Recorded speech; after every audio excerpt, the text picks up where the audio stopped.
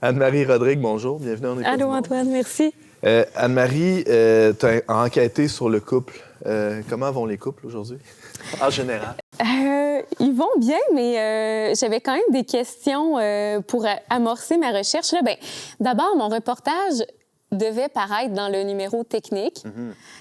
Puis, on avait l'idée de faire un reportage sur les couples dans le numéro technique, mais là, comment ces deux sujets-là s'articulent? C'est pas si évident que ça. Elle est technicienne en service de garde, lui est technicien en audiovisuel. Comment se sont-ils rencontrés? C'était ça ton angle? Oui, non, pas vraiment. Okay. Puis c'est pas non plus comment la technologie impacte le couple, là, c'est pas ça. Mais la question qu'on a trouvée intéressante de se poser, c'est est-ce que la technique colonise le couple ou est-ce qu'il y a une espèce d'esprit de la technique qui vient s'immiscer dans nos vies de couple? Qu'est-ce que tu entends par esprit de la technique? Oui, bien, c'est ça.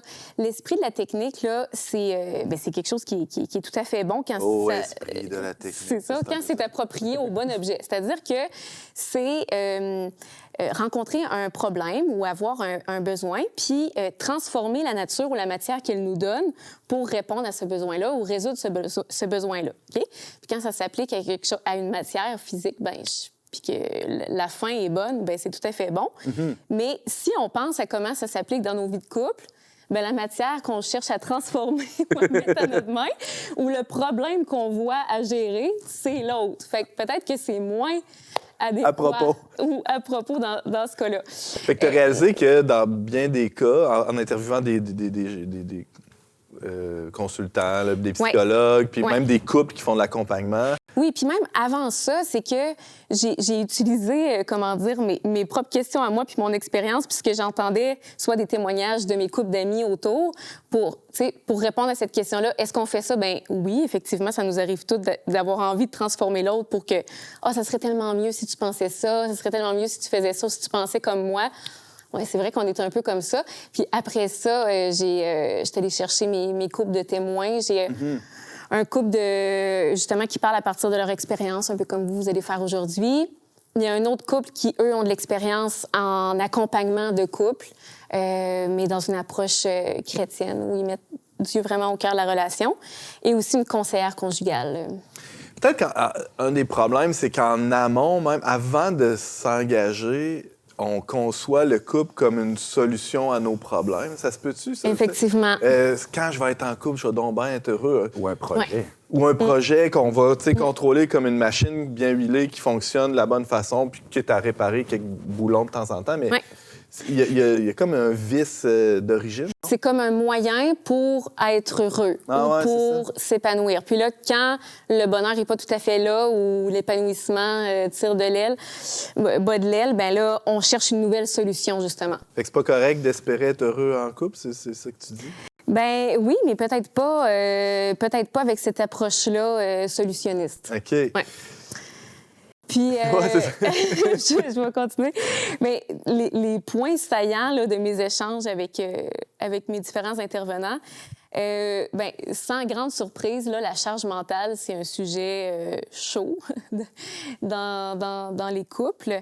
C'est quoi la charge mentale? Mais je pense que à peu près tout le monde en a une vague ou une très claire idée, mais souvent, on va en parler dans le contexte de la vie domestique. Donc, c'est tout ce qui a trait aux tâches comme le ménage, le lavage, faire la cuisine, mais c'est aussi... Pas juste les faire, c'est y penser tout le temps. Oui, puis aussi les tâches qui reviennent moins souvent, comme prendre les rendez-vous chez les médecins pour les enfants ou assister à la rencontre de parents, tout ça. Puis tout ce qui finit par s'accumuler dans ta tête puis créer une charge, justement, surtout s'il y en a un ou l'autre qui le porte plus en totalité dans le couple.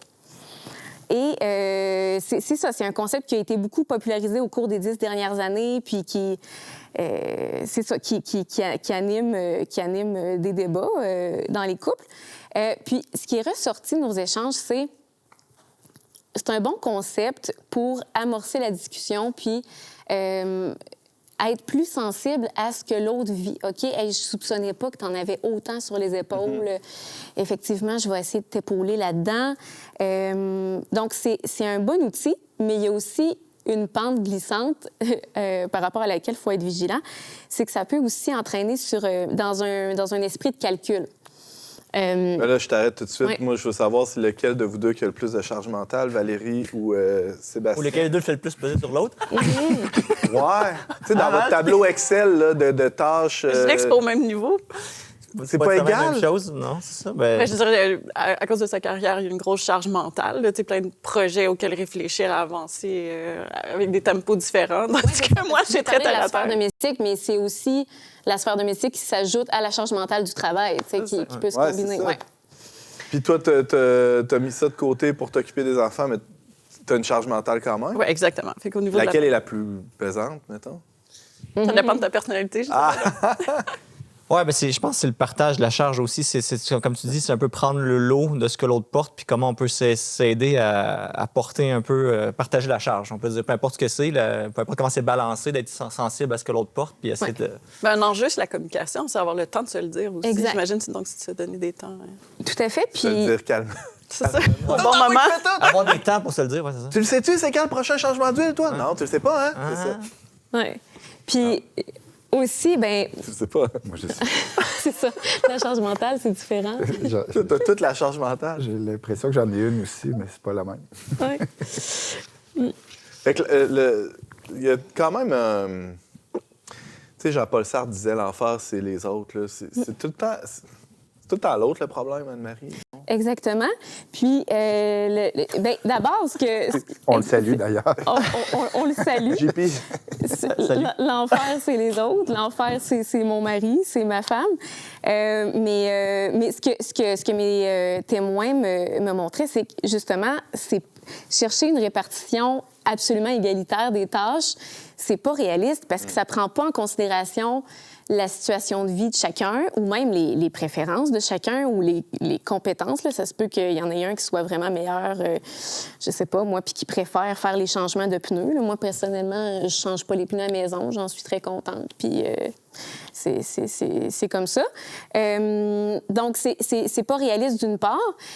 Puis d'autre part aussi, c'est que quand on entre dans une logique de calcul, on prend pour acquis que l'autre fonctionne comme nous ou c'est comme si on voudrait qu'il pense, tu sais, qu'il devine nos pensées. Mais il y a vraiment un enjeu de communiquer en amont, d'exprimer nos besoins.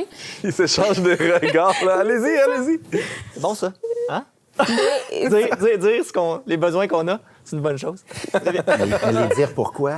C'est parce que dans cette vision-là de calcul, c'est nécessairement un zero-sum game. C'est un jeu à somme nulle. C'est-à-dire que nécessairement, plus l'autre est libre, moins il est gérable.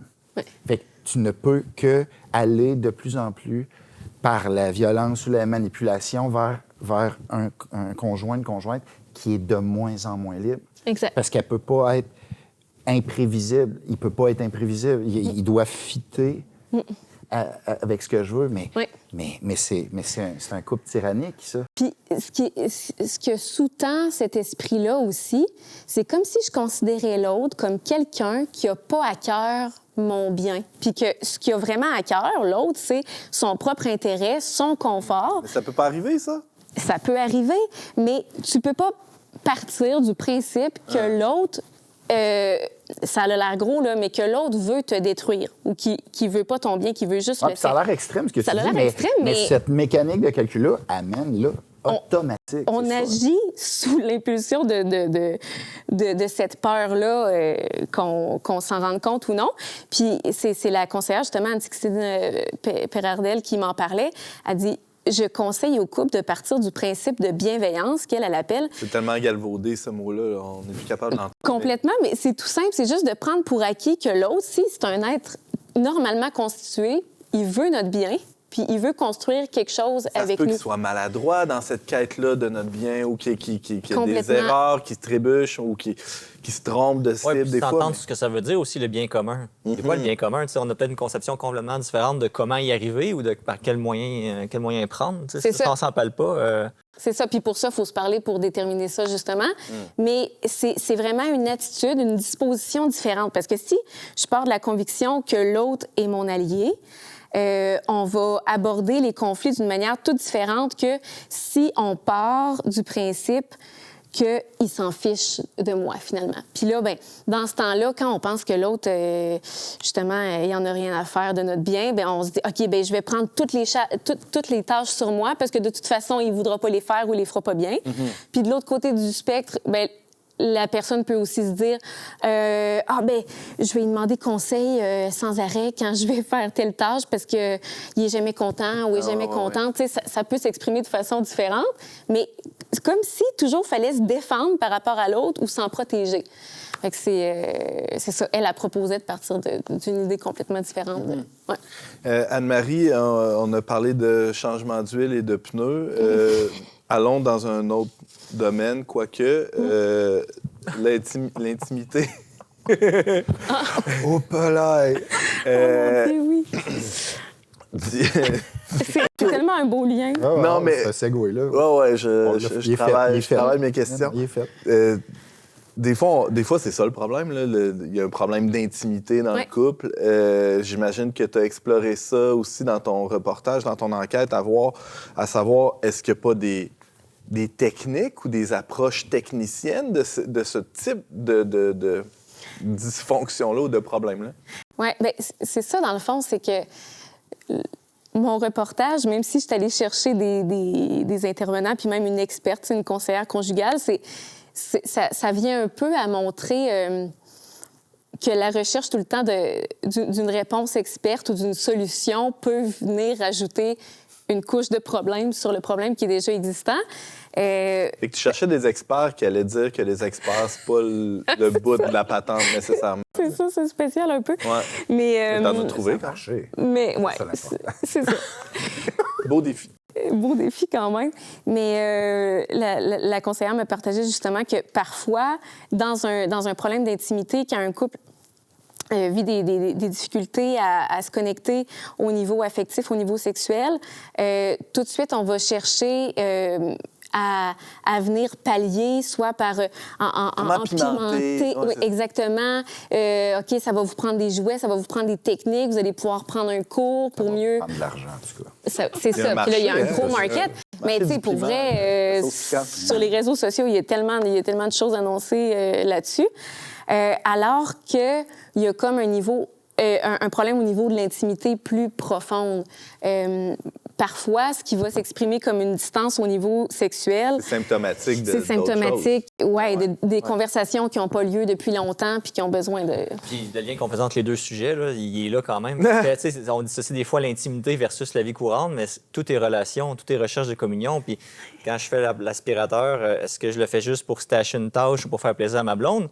Ou si je le fais parce que je construis quelque chose dans ma relation, dans mon foyer, puis que tout ça, c'est interconnecté, puis c'est un travail de longue haleine de tous les jours, de garder un climat qui est favorable, puis de prendre soin de l'un puis de l'autre. Puis même, moi, je me rends compte... Qui va se refléter jusque sous la couette. Là. Oui, puis une grosse différence que ça fait quand je le fais juste pour le faire parce qu'il faut le faire, puis quand je prends le temps de me mettre de la musique, puis je le fais pour moi aussi. Tu sais, quand je fais la vaisselle le soir puis j'ai pas le goût, puis je décide que ça va être un moment particulier où je vais me faire du bien à moi aussi, ça change complètement tout. Parce qu'on vit dans un monde où on peut constamment passer d'une chose à l'autre et voir notre vie passer sous nos yeux. Oui, puis subir ce que tu as fait. Oui, exactement, c'est ça. Puis quand tu subis ce que tu as fait fait, à l'autre après. Tu le mets sur une liste automatique. C'est clair. Ça va se payer maintenant, c'est sûr. Un passif, là. C'est pas la gratuité dans on le est fond. on est dans le calcul. C'est ça. Puis ça peut-tu aussi... Est-ce que ça peut... le fait que tu aies trouvé quand même une certaine gratification là-dedans, ça fait que tu... Dans l'intimité, après, tu n'es pas en constante recherche de ta propre gratification, exact. mais plutôt de celle de l'autre. Puis de nourrir ta sensibilité, dans le fond, de plein de manières, tu sais, pas juste quand tu es au lit, mais que toute ta vie, dans le fond, est un rapport à soi, aux autres, puis une façon saine de s'habiter soi-même. Puis après, c'est que si tu es stressé toute la journée puis tu arrives au lit le soir, tu sais, je veux dire, c'est comme, c'est pas... Ça va être super, hein? C'est d'accepter aussi des fois que les besoins de l'autre, ils sont un peu mystérieux pour nous, mais, tu sais, par exemple, je sais pas, moi, j'aime ça quand l'évier est bien propre dans la cuisine, puis mon mari, ben lui, c'est comme, c'est pas grave, là, s'il reste quelques garnottes de restant de souper, mais même si ça le dépasse, que ça soit si important pour moi, bien, c'est comme, s'il n'y a pas besoin de comprendre pourquoi c'est si important, il le fait parce que... Pour toi? Pour moi, c'est ça. C'est comme, tu sais, que tantôt, on parlait de rechercher le bien, mais des fois, le bien, il est au-dessus de tout ce que je comprends. Ou, tu sais, ma femme m'a fourni un bon argumentaire de pourquoi ce serait important que je passe la balayeuse. Un cahier de charge très clair avec des arguments. C'est Ouais, ça. ouais. C'est comme, par amour, il y a une espèce de gratuité dans le geste aussi, là. On rêve tous du couple parfait. Anne-Marie, on en voit tous les jours sur les réseaux sociaux des couples parfaits. Hein. C'est donc bien beau. Ça existe-tu, cette affaire-là? En as-tu déjà rencontré? C'est correct de rechercher cette perfection-là? Je pense que la perfection ne doit pas se rechercher dans ces apparats-là ou dans cette image superficielle-là, mais ça doit commencer par une conversion intérieure. Là, Anne-Martine et Josée qui accompagnent des couples, justement, ils sont engagés dans la communauté du Chemin Neuf, puis ils me parlaient comment leur foi, leur vie de foi, puis ils voient dans les autres couples qu'ils vivent aussi.